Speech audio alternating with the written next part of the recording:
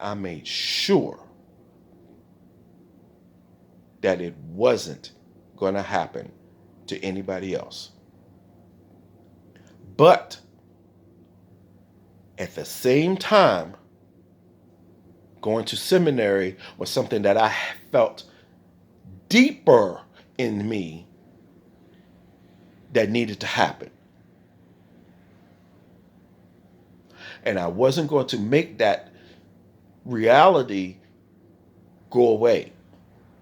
So the decision was, do you go back to work or do you work for God?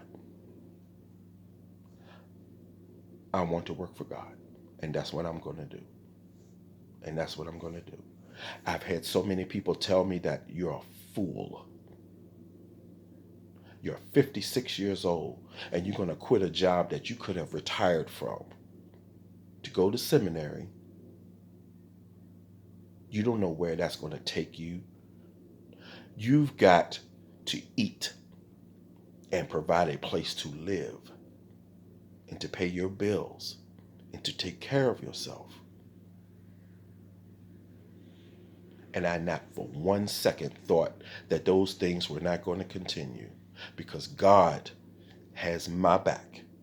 God has everything in me. He makes sure that I have never missed a meal, that I have never spent one day in the street. Nothing. I'm not worried. I'm not concerned about what's going to happen. My job right now is to learn. Learn what God has done and what God can do, so that I can go out and teach each and every one of you who may be listening, to share with you what God has done for me.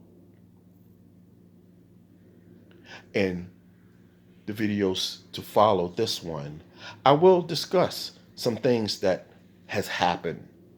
I will discuss some things that have went on in my life that God pulled me out of, that God made sure that I was fine. These are the moments that will help those that are listening who needed to hear that. Hopefully, those words will mean something to you, because they meant something to me, because it happened to me. It happened to me.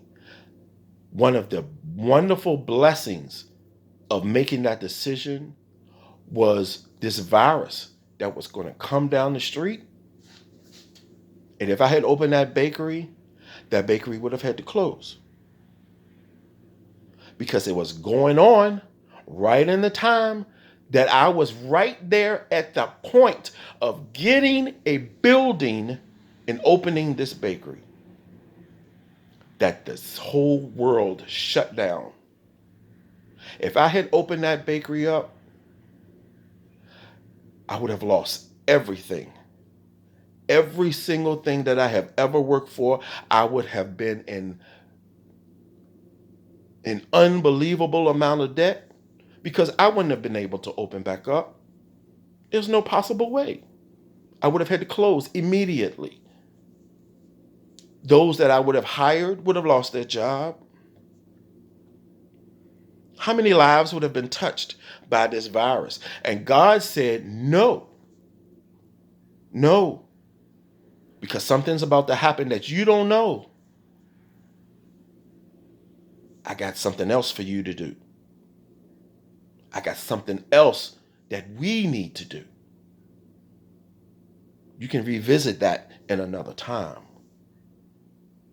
But right now, I am in seminary, and that's where I belong, and that's where I need to be.